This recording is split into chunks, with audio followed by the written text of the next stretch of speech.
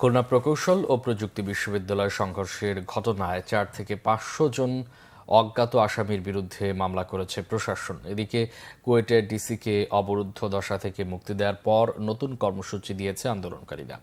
সকাল ১১টায় বিশ্ববিদ্যালয়ের দুর্বার বাংলার সামনে বিক্ষোভ ও সন্ত্রাসীদের লাল কার্ড প্রদর্শন করবে শিক্ষার্থীরা।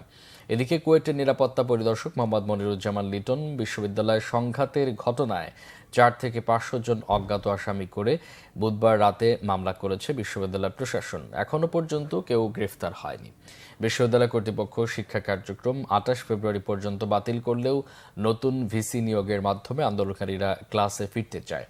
তবে অনেক শিক্ষার্থী এরই মধ্যে হল ছেড়েছেন।